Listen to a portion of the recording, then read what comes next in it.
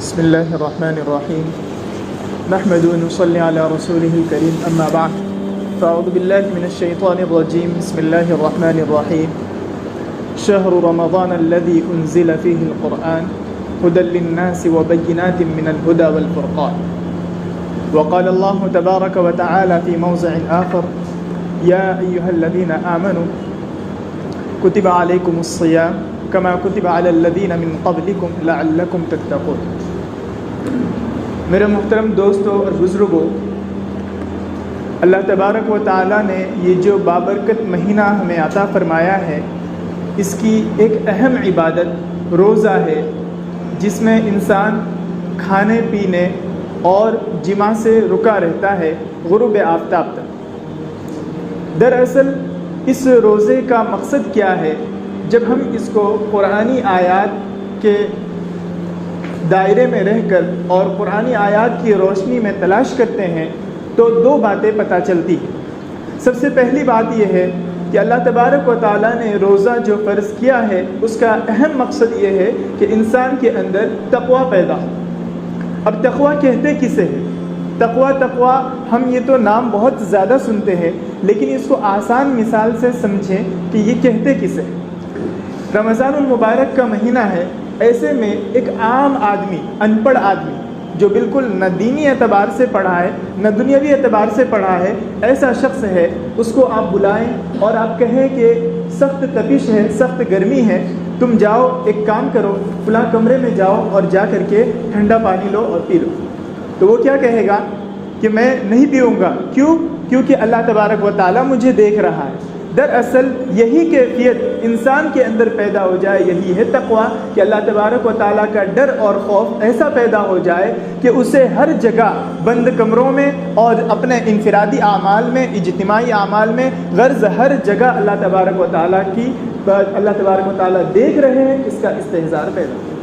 اور دراصل یہ مہینہ اسی وجہ سے دیا گیا ہے کہ بندے دنیاوی اعمال میں جڑ کر، دنیا کے معاملات میں لگ کر، مشغول ہو کر ان کے دل زنگ آلود ہو جاتے ہیں، غفلت ان کے اندر آ جاتی ہے، اور اس غفلت کو دور کرنے کے لیے اور اللہ تبارک و تعالیٰ سے تعلق کو مضبوط کرنے کے لیے، اس کی صفائی کے لیے، اس کے چارجنگ کے لیے اللہ تبارک و تعالیٰ نے یہ مہینہ عطا فرمایا ہے کہ بندہ اس ماہ کو اپنے تمام ضروریات سے فارغ کر کے خالص اللہ تعالیٰ کی عبادت کے لیے خالص کر۔ عام طور پر یوں سمجھا جاتا ہے کہ رمضان المبارک میں صرف دو اہم عبادتیں ہیں، اس کے علاوہ کوئی خاص یعنی کسی اور چیز کو اہمیت نہیں دی جاتی۔ یوں تو مانتے تو ہے کہ اور بھی عبادتیں ہیں، لیکن خاص طور پر ایک روزہ اور ایک تراویح، اسے اہمیت دی جاتی ہے اور اسے مانا جاتا ہے، لیکن اس کے علاوہ اور بھی بہت سی چیز ہے۔ رمضان المبارک کے مہینے میں تلاوت کی کثرت،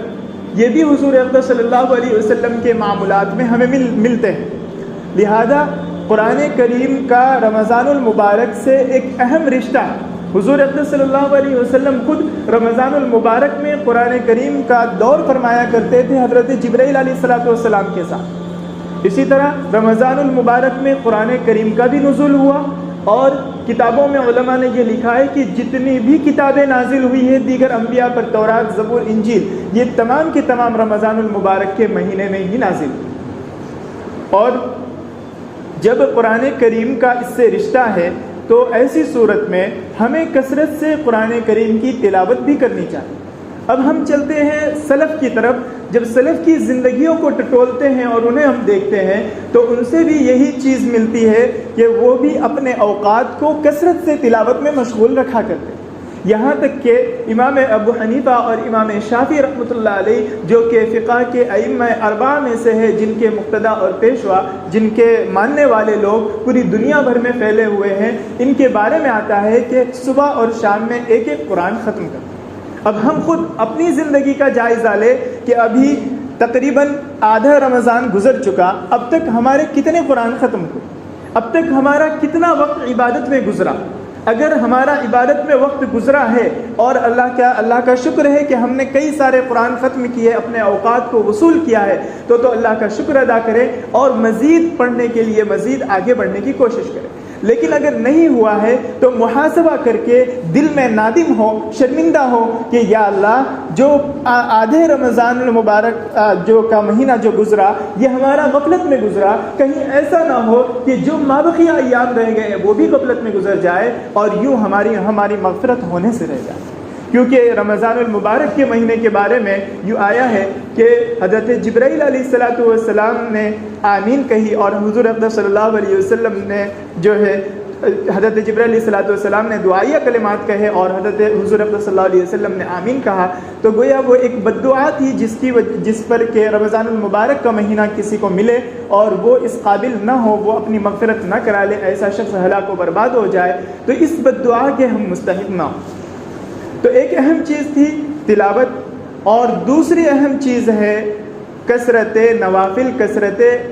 نماز، کثرت صلاۃ۔ حضور اقدس صلی اللہ علیہ وسلم دیگر ماہ کی بنسبت اس ماہ میں کثرت سے نماز پڑھا کرتے تھے۔ آپ صلی اللہ علیہ وسلم کی عبادت جو ہے آپ صلی اللہ علیہ وسلم کی عبادت بہت زیادہ بڑھ جاتی تھی، اور یہ عبادت کی شکلیں دو طرح سے رہتی تھی۔ ایک تو یہ ہے کہ نماز کی کثرت، ایک تلاوت کی کثرت، صدقات کی کثرت، اور اسی طریقے سے استغفار کی کثرت اور اعتکاف۔ تو یہ کل 5 چیزیں جو حضور اقدس صلی اللہ علیہ وسلم کی زندگی سے ہمارے سامنے آئی۔ نمبر 1 کثرت تلاوت، نمبر 2 کثرت صلاۃ، اور نمبر 3 کثرت صدقات، اور نمبر 4 کثرت استغفار، اور نمبر 5 اعتکاف۔ یہ 5 ایسی چیزیں ہیں جو حضور اقدس صلی اللہ علیہ وسلم کی زندگی سے ہمارے سامنے آئی، لہذا انہیں ہمیں اپنے معمولات میں شامل کرنا ہے اور اپنے معمولات میں داخل کرنا ہے۔ اب ہم دیکھتے ہیں کہ ان کی الگ الگ طور پر کیا کیا حکمتیں ہیں۔ روزے کی حکمت ایک بنیادی طور پر، چونکہ وقت مختصر ہے تو روزے کے متعلق آپ کو بنیادی چیز معلوم ہو چکی کہ اس کا مقصد اللہ تبارک و تعالیٰ کا استحضار اور تقوی کی کیفیت پیدا کرنا، اور دوسرا مقصد یہ ہے کہ ایک بندہ ہے جو ہمیشہ عیش و عشرت میں پڑا رہتا ہے اور پورے طور پر دن میں کھاتا پیتا رہتا ہے، ایسے شخص کو جو دوسرا غریب شخص ہے جس کے پاس کھانے کے لیے پیسے نہیں ہیں، جس کے پاس کھانے کے لیے کوئی چیز نہیں ہے، وہ شخص بھوکا پیاسا اپنے اوقات گزارتا ہے، اسے بھوک کا احساس رہتا ہے اور بھوک کی ساری چیزیں، بھوک کی شدت معلوم ہوتی ہے۔ یہ شخص ایسا ہے جس کے پاس مال و دولت ہے، وہ شخص کبھی بھوکا رہا نہیں تو اسے اس کا احساس نہیں، اسے پتہ نہیں۔ یہ احساس دلانا ہے کہ جب تم بھوکے رہو گے تو تمہیں کیسے اوقات گزارنے ہوتے ہیں، کہ جس طرح دوسرے لوگ جن کے پاس مال و دولت نہیں ہے، جن کے پاس وسائل نہیں ہیں، وہ کیسے اوقات گزارتے ہیں، اس کا احساس ہو، بھوک کی شدت محسوس ہو اور نفس کی طاقت کمزور ہو۔ انسان کے اندر اللہ تعالیٰ نے 2 قوتیں رکھی، ایک قوت وہ ہے جسے قوت بہیمیت کہا جاتا ہے، اور ایک قوت ایسی ہے جسے عام زبانوں میں یوں کہا جائے کہ نیکی کی قوت، اور ایک قوت وہ ہے جو ہم دوسرے اپنے خواہشات پورے کرتے ہیں، اس کی قوت، جسے قوت بہیمیت کے نام سے جانا جاتا ہے، اور ایک قوت وہ جو عبادت کی قوت ہے جسے قوت ملکوتیت کے نام سے جانا جاتا ہے۔ یہ دونوں قوتیں، لیکن انسان جب دنیاوی اعمال میں الجھا رہتا ہے، دنیاوی کام کاج میں لگا رہتا ہے، تو ایسی صورت میں غفلت کی وجہ سے اور دوسرے کاموں میں مشغول ہونے کی وجہ سے اس کی جو قوت بہیمیت ہے وہ پروان چڑھ جاتی، بڑھ جاتی، خواہشات اس کو الگ الگ راہ پر لے جاتے ہیں، شیطان اسے الگ الگ راہوں پر لے جاتا ہے اور اس کی منمانی چیزیں کراتا ہے، رب مانی چیزوں سے اسے ہٹا دیتا ہے۔ تو ایسی یہ جو قوت بہیمیت ہے جو برائی کی طرف اور برائی کا سبب بنتی ہے، برائی کے راستے پر لے جانے کا ذریعہ بنتی ہے، اس کو کمزور کرنے کے لیے روزہ رکھایا جاتا ہے تاکہ اس کی وجہ سے وہ کمزور ہو جائے۔ اسی وجہ سے علماء نے لکھا ہے کہ جو شخص ایسا ہو جسے زنا میں پڑ جانے کا پورے طور پر اندیشہ ہو کہ اب وہ زنا میں پڑ جائے گا، اسے پورا یقین ہے، تو ایسے شخص کے بارے میں کہا گیا ہے کہ وہ شخص روزے کی کثرت کرے تاکہ اس کی جو قوت ہے، شہوانی قوت ہے، وہ کمزور ہو، اور اس کے بعد وہ روزہ کے ذریعے پھر وہ دھیرے دھیرے وہ چیزیں ختم ہو جائیں۔ اب دوسری چیز ہے رمضان المبارک میں جو تراویح پڑھتے ہیں، یہ بھی بہت اہم ہے، اور اس کے بارے میں بھی فضائل ہے کہ جو شخص رمضان المبارک کے مہینے میں اگر تراویح پڑھے اللہ تبارک و تعالیٰ سے ثواب کی امید رکھتے ہوئے، تو اللہ تعالیٰ اس کے اگلے پچھلے گناہ معاف کر دیتے ہیں۔ ایک عام انداز میں ہم اسے سمجھیں کہ ایک آدمی جب ایک سجدہ کرتا ہے اللہ تعالیٰ سے تو یوں کہا گیا ہے حضور صلی اللہ علیہ وسلم کی زبانی کہ بندہ اللہ تعالیٰ سے سجدے کی حالت میں اتنا زیادہ قریب ہوتا ہے جتنا اور کسی حالت میں نہیں ہوتا۔ اور اب سوچیں کہ ہم روزانہ اگر 20 رکعت پڑھتے ہیں اور 20 رکعت میں 40 سجدے ہوں گے تو ایسی صورت میں روزانہ اللہ تبارک و تعالیٰ سے بندہ کتنا زیادہ قریب ہوگا اور کتنی زیادہ قرب کو طے کرے گا۔ تو یہ بنیادی طور پر یہ فضائل ہیں۔ اور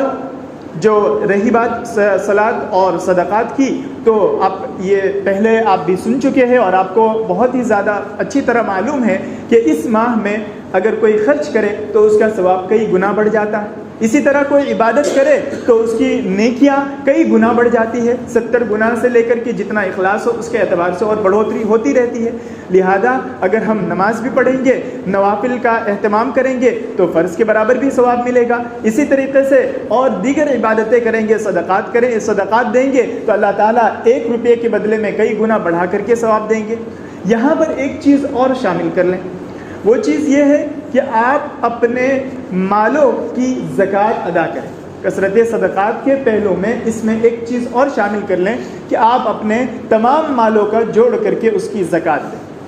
ہوتا یہ ہے کہ ہم اس کے اگر مال کی زکوٰۃ نہیں دیتے ہیں تو ایسی صورت میں اخروی اعتبار سے تو تباہی ہے ہی، جس کے بارے میں یوم یحمى علیہا فی نار جہنم فتکوی بہا جباہہم وجنوبہم وظہورہم، اس کا خلاصہ یہ ہے کہ اللہ تعالیٰ قیامت کے دن جو سونے چاندی جو لوگ اپنے پاس جمع کر کے رکھیں گے اور اس کی زکوٰۃ ادا نہیں کریں گے اس کو تپایا جائے گا، اور اس کو تپانے کے بعد اس کے پہلو پر اور پیشانی پر اور پیٹھوں پر اس سے داغا جائے گا۔ اسی طریقے سے بعض روایات میں یہ ملتا ہے کہ جو اس کا مال ہے وہ ازدہا بن جائے گا اور وہ اس کو ڈسے گا۔ یہ تو اخروی اعتبار سے تباہی ہے ہی، لیکن دنیاوی اعتبار سے چونکہ انسان اس وقت جو نفسیات ہے لوگوں کی وہ ظاہری چیز کی طرف زیادہ مائل ہے۔ ظاہری اعتبار سے یہ دیکھے کہ ایک انسان ہے جو زکوٰۃ دیتا ہے، شرعی اعتبار سے اپنے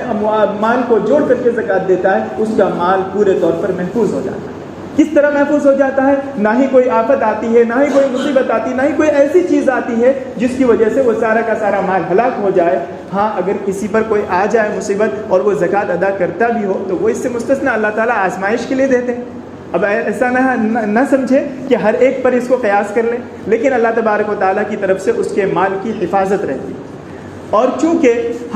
ہمارے پاس جو مال ہے وہ اللہ تعالیٰ کا دیا ہوا ہے، اللہ تعالیٰ کی دی ہوئی امانت ہے۔ ہم جب قبر میں جائیں گے تو ساری چیزیں یہاں چھوڑ کر جائیں گے، تو یہ اللہ تعالیٰ کی طرف سے دی ہوئی امانت ہے۔ اس امانت کی پاسداری یہ ہے کہ اس کے اندر سے جو غربا ہیں ان کے حصے نکال کر کے دیے جائیں۔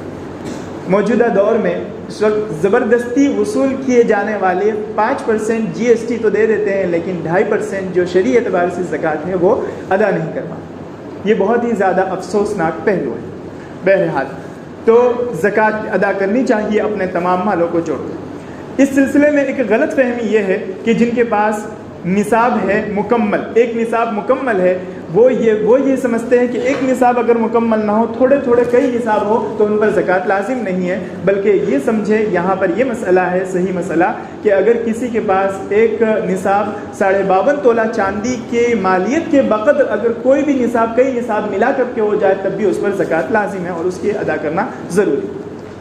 تو یہ تھی زکوٰۃ سے متعلق۔ اعتکاف سے متعلق، اعتکاف ابھی چونکہ اب جو اشرا آ رہا ہے اس میں اعتکاف کی اہمیت، اور حضور صلی اللہ علیہ وسلم کی اعتکاف ایسی سنت ہے جو حضور صلی اللہ علیہ وسلم نے اپنی پوری زندگی میں اس کا اہتمام فرمایا۔ ہاں ایک مرتبہ عذر کی وجہ سے حضور صلی اللہ علیہ وسلم سے چھوٹ گیا تھا، جس کی انہوں نے بعد میں قضا فرمائی۔ حالانکہ یہ جو ایک دن کی قضا ہوتی ہے، لیکن ایسا تو نہیں ہوتا کہ پوری قضا ہو، لیکن آپ صلی اللہ علیہ وسلم نے اس کی قضا فرمائی، اور جس وقت حضور صلی اللہ علیہ وسلم کا وصال ہوا اس سال بھی حضور صلی اللہ علیہ وسلم نے 20 دن کا اعتکاف فرمایا۔ اعتکاف کا دراصل مقصد یہ ہے کہ بندہ اللہ تعالیٰ کے در پر اپنے آپ کو تمام مشغولیات سے ہٹ کر اپنے در اللہ تعالیٰ کی چوکھٹ پر رکھ دے کہ یا اللہ میں آپ کے در پر آیا ہوں اور آپ جب تک میری مغفرت نہیں کریں گے اس وقت تک میں یہاں سے نہیں جاؤں۔ دراصل یہ، اور دوسری چیز یہ ہے کہ اعتکاف یہ جو ہے ایک اعتبار سے فرشتوں سے مشابہت اس اعتکاف میں، کہ اعتکاف میں بندہ چہار دیواری میں رہتا ہے اور پورے وقت جو ہے عبادت میں گزارتا ہے، پورے اوقات کو وصول کرتا ہے، اللہ تعالیٰ کی عبادت میں گزارتا ہے، ایسے میں اس کے لیے 5 وقتہ جو نمازیں ہیں اس کے لیے انتظار بھی نصیب ہوتا ہے۔ انتظار نماز کے لیے، اگر آپ ابھی اذان ہوئی اور فوری طور پر آپ مسجد میں آ گئے اور جماعت کا انتظار کیے تو اس کا ثواب بڑھ جاتا ہے۔ تو اسی طرح ہر نماز میں جو 10 دن اعتکاف میں رہے گا اس میں جو انتظار کرے گا اس انتظار کی وجہ سے اس کو ثواب بھی کثرت سے ملے گا۔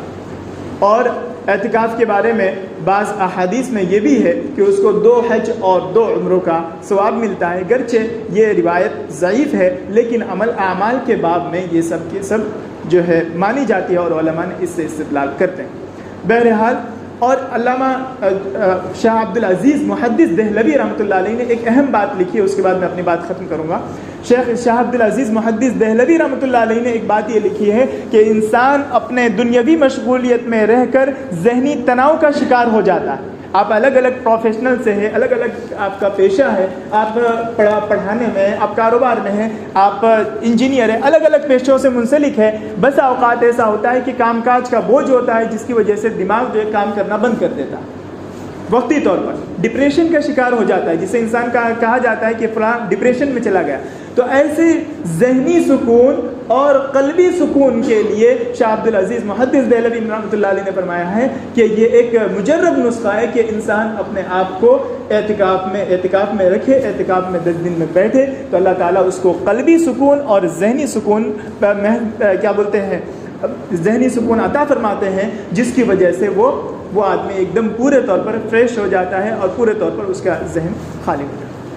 اور رمضان المبارک کے ماہ کے بارے میں ایک روایت میں یہ بھی آتا ہے کہ رمضان المبارک میں تقریباً 6 لاکھ لوگوں کی ایک دن میں مغفرت کر دی جاتی ہے۔ اب ایک دن میں 6 لاکھ لوگوں کی مغفرت کی جاتی ہے۔ اب جو شب قدر کا موقع آتا ہے اور اس کے بعد آخری رات آتی ہے، آخری رات میں جتنے پورے رمضان المبارک میں مغفرت کی گئی ہے اتنے لوگوں کی پھر مغفرت کر دی جاتی ہے۔ لہذا اعتکاف کا ایک اہم مقصد شب قدر کی تلاش ہے، جس کی ایک رات 1000 راتوں سے ہزار مہینوں سے زیادہ افضل ہے۔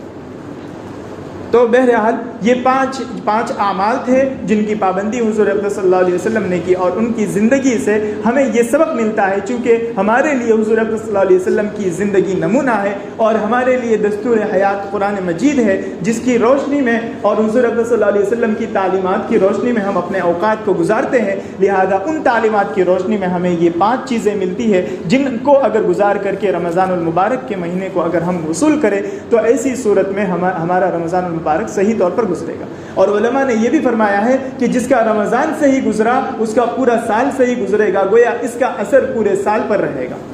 لہذا ہمیں رمضان المبارک کو صحیح طور پر وصول کرنا ہے۔ اور ایک روزے کے بارے میں ہم عام طور پر تو سنتے ہی ہیں کہ بہت سے فضائل ہیں۔ ایک تو ہے کہ اللہ تبارک و تعالیٰ نے فرمایا کہ الصوم لی وانا اجزی بہ، کہ روزہ میرے لیے ہے اور میں اس کا بدلہ دوں گا۔ اور جس کا اللہ تبارک و تعالیٰ بادشاہوں کے بادشاہ بدلہ دے وہ اپنی شایان شان کتنا اجر عطا فرمائیں گے اس کا کوئی اندازہ نہیں لگا سکتا۔ لیکن طبی اعتبار سے بھی ایک تحقیق کی گئی، ایک ڈاکٹر نے، ہندوستان کے ایک ڈاکٹر نے اس پر ریسرچ کیا اور اس کو گولڈ میڈل اس بات پر ملا کہ اس نے اپنے بدن کے اندر جو آنت وغیرہ کے جو کینسر ہوتے ہیں اس کا علاج ڈھونڈ لیا، اس کا علاج تلاش کر لیا، اس کے لیے اسے گولڈ میڈل سے نوازا گیا۔ اب اس سے پوچھا گیا کہ کیا کس اعتبار سے علاج کیا جائے، تو اس نے کہا گیا کہ کم از کم انسان اپنے آپ کو 1 ماہ مسلسل بھوکا رکھے تو اس سے وہ کینسر ختم ہوتا ہے۔ ہم نے کہا کہ یہ جو تحقیق ہے یہ تحقیق حضور اکرم صلی اللہ علیہ وسلم نے 1400 سال پہلے ہمیں بتا دی، جس میں طبی اعتبار سے بھی فائدہ اور اخروی اعتبار سے بھی فائدہ۔ اللہ تبارک و تعالیٰ سے دعا ہے کہ اللہ تعالیٰ ہمیں مابقی ایام کی قدر کرنے کی توفیق عطا فرمائے اور جو فضائل ہے اسے وصول کرنے اور ہمیں اس لائق بننے کی توفیق عطا فرمائے کہ رمضان المبارک کا مہینہ جاتے جاتے ہمیں جہنم سے خلاصی اور ہمیں مغفرت کا پروانہ دے کر جائے۔ آمین وآخر دعوانا الحمدللہ۔